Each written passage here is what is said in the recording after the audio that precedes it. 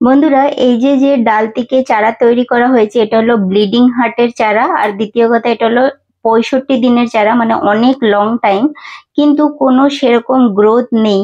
আর কি কি সমস্যা হয়েছে এই গাছের ডাল থেকে চারা তৈরি করতে। আর ব্লিডিং হার্ট একটা ওয়াইন, ভীষণ ভীষণ সুন্দর এর ফুল হয় দেখতে। আর এই যে যে গাছটা দেখছেন চারাটা, এটাও কিন্তু 65 দিনের। এর গ্রোথটা কেন বেশি হয়েছে, শুধু দুটো ডালের মাত্র বেশি গ্রোথ হয়েছে, বাকি যতগুলো লাগিয়েছি সব সেমই গ্রোথ আছে।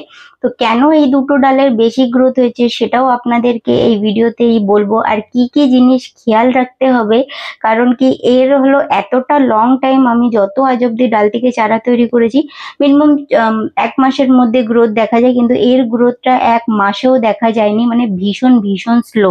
তো আপনারা একদমই অধৈর্য হবেন না যদি ব্লিডিং হার্টের ডাল থেকে চারা তৈরি করছেন, মানে লাগিয়ে দিয়ে ভুলে যান, যেমন আমি ভুলে গেছিলাম যে এই ডালগুলো বসিয়েছিও কোনো গ্রোথ না দেখতে পেয়ে। তারপরে দেখছি অনেক দিন পরে, মানে 40 দিন পরে একটা পাতলা মতো একটা ডাল দেখা গেছে। তারপরে বুঝলাম যে না, ডালগুলো খারাপ হয়নি, গ্রোথ হচ্ছে। তো সবই দেখাবো। প্রথমে এর ফুলগুলো দেখে নিন, মানে ভীষণ সুন্দর, একদম এত সুন্দর লাগে। যদি আপনাদের অনেক বড় বাড়ি আছে তাহলে বাইরে অবশ্যই এরকম একটা গাছ লাগিয়ে দিন, এটা কিন্তু একটা লতা। আর গেটের সামনে যখন এরকম ফুল ফুটে থাকবে না, তো লোকে এসে আপনাদের বাড়ির দিকে একবার অবশ্যই দেখবে, মানে এত সুন্দর এর ফুল হয়। আমার যত ভ্যারাইটিস আছে তার মধ্যে আমার এই ওয়াইনটা সব থেকে বেশি প্রিয়, কারণ একটু ডিফারেন্ট। আর একটা জিনিস বলবো, শীতকালটা এই ডরমেন্সি পিরিয়ড থাকে। তো শীতের সময় আপনার মনে হবে গাছটাকে দেখে যেন গাছটা নেই, মারা গেছে, কিন্তু গাছের গ্রোথ থাকবে না, পাতা থাকবে না, মানে একদম থাকবে, লেকিন ডালটা কিন্তু সবুজ থাকবে।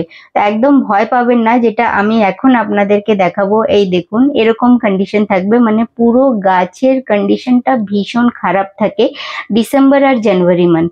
তাছাড়া গাছের যখনই আবার ডরমেন্সি পিরিয়ড থেকে বাইরে আসবে, তখন আবার গাছের কন্ডিশনটা ভালো হয়ে যায়। আমি 21 মার্চে আপনাদের সঙ্গে এর প্রতিস্থাপন বা মাটি তৈরি করা সবকিছু শেয়ার করেছিলাম, আর ব্রাঞ্চেস কাট করেছিলাম। তখনই কিন্তু এই দুটো টবে আমি মানে চারা বসিয়ে দিয়েছিলাম। আর এতটাই স্লো ছিল, মানে মাত্র 3টে ডালই খুব ভালো গ্রোথ হয়েছে। কিসের জন্য সেটাও বলবো আগে।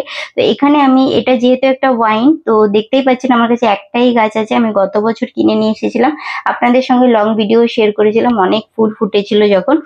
তো এই নোড এরিয়া থেকে নিচে একটু তেরছা কাট করতে হবে, মানে 45 ডিগ্রি অ্যাঙ্গেলে আপনার কাটারটাকে চালাবেন। আর 6 ইঞ্চির আমি কাটিংস রেখেছিলাম, যে রুলগুলো আমি ফলো করি ডাল থেকে চারা তৈরি করার, সেরকমই আমি কিন্তু গ্রোথের জন্য এর রুলগুলো ফলো করেছিলাম। কিন্তু যেহেতু আমার কাছে একটাই মাদার প্লান্ট, তো আমি চাইছিলাম যে একটাও ডাল যেন না ফেলি। তো আমি আর একটা টবে যেটা দেখালাম গ্রোথটা, তো সেতেও আমি বসিয়ে দিয়েছিলাম একই দিনে।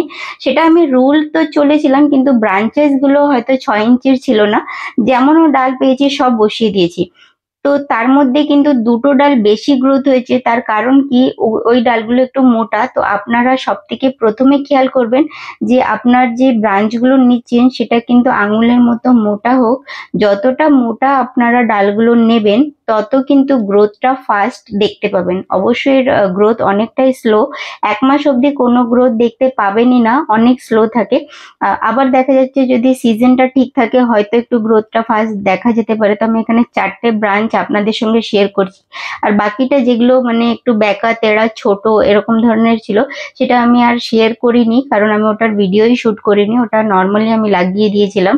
যেহেতু কোনো রুল হিসেবে না, অনেক বিগনার্স থাকে যাদের যদি ঠিক মতো রুল হিসাবে না বলা হয় তাহলে হয়তো ডাল থেকে চারা তৈরি হবে না, আর ওরা আরো বেশি মানে করতেই চাইবে না এই জিনিসটা। ডাল থেকে চারা তৈরি করা একটা খুব ভালো একটা আর্ট, তো অবশ্যই আপনারা করবেন। 1/2 লিটার জলে আমি এখানে 1/2 চামচ মতো ফাঙ্গিসাইড পাউডার দিলাম। সাফটা ব্যবহার করি আমি বেশিরভাগ, আপনারা যে কোনো ব্র্যান্ডের নিতে পারেন, কোনো ব্র্যান্ড প্রমোশন করছি না। 10 মিনিট মতো ডালগুলোকে ভিজিয়ে রাখতে হবে। সোজা দিক মানে ওপরের দিকটা ওপর, নিচের দিকটা নিচে, এটা খেয়াল রাখতে হবে।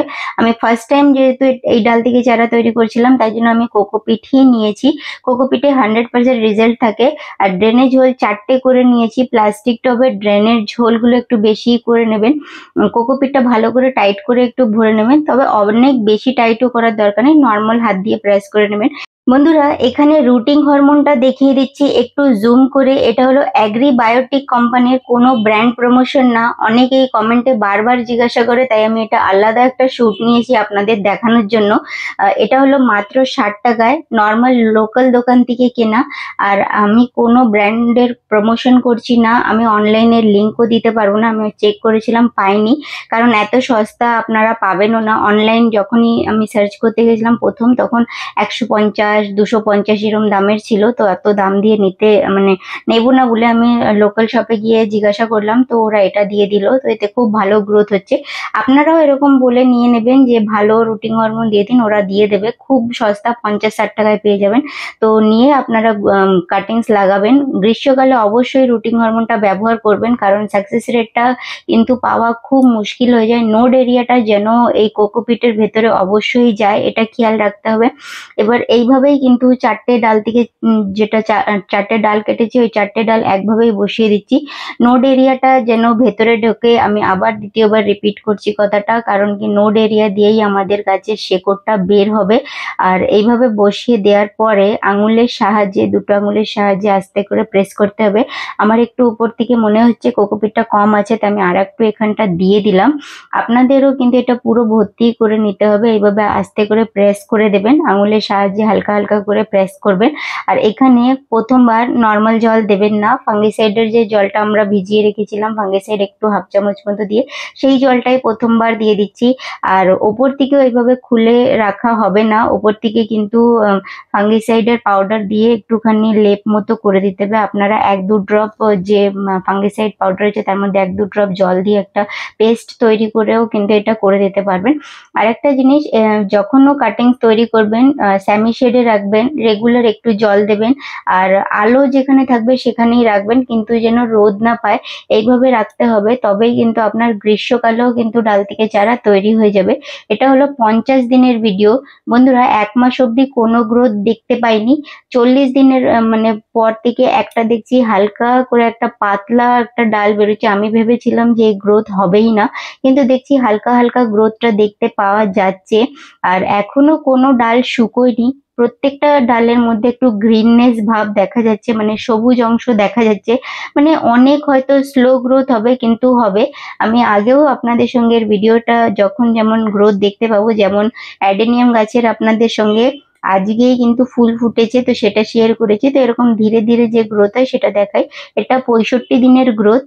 দুটো টবে কিন্তু একই দিনে লাগানো, আর সব ডালেরই কিন্তু সেমই কন্ডিশন। মাত্র 3টে ডাল কিন্তু ভালো গ্রোথ হয়েছে, যেহেতু ওই ডালগুলো একটু মোটা আছে তাই জন্য ওতে পাতাগুলো খুব ভালোভাবে বেরিয়েছে।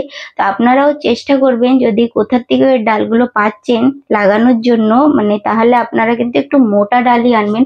আঙুলের মতো মোটা হলে খুব ভালো হবে, তাহলেই। বাকি দেখুন কোনোটাই এত বেশি গ্রোথ না, সব একই কন্ডিশনে আছে, শুধু 3টে ডাল খুব ভালো গ্রোথ হয়েছে। তো এর জন্য সাইজটা ম্যাটার করছে না যে 6 ইঞ্চি নিতে হবে, আপনারা ছোট ডাল লাগালে হবে, কিন্তু ডালটা একটু মোটা নিতে হবে। আর যে রুলগুলো বলেছি সেটা ফলো করলে আপনাদের একটু গ্রোথটা বেশি দেখা যাবে এই ব্লিডিং হার্টের। তো ব্যাস এটাই আপনাদের সঙ্গে শেয়ার করার ছিল। যদি ভিডিওটা আপনাদের ভালো লেগে থাকে তাহলে আপনারা লাইক আর শেয়ার করা একদম ভুলবেন না। আর যদি আপনারা আমার চ্যানেলে নতুন ভিজিট করছেন তাহলে চ্যানেলটাকে সাবস্ক্রাইব করে বেল আইকনটাকেও টিপে দিন, তাহলে আপনারা আমার এই ধরনের ভিডিও সবার আগে দেখতে পাবেন। আর ভিডিওটা দেখার জন্য ধন্যবাদ।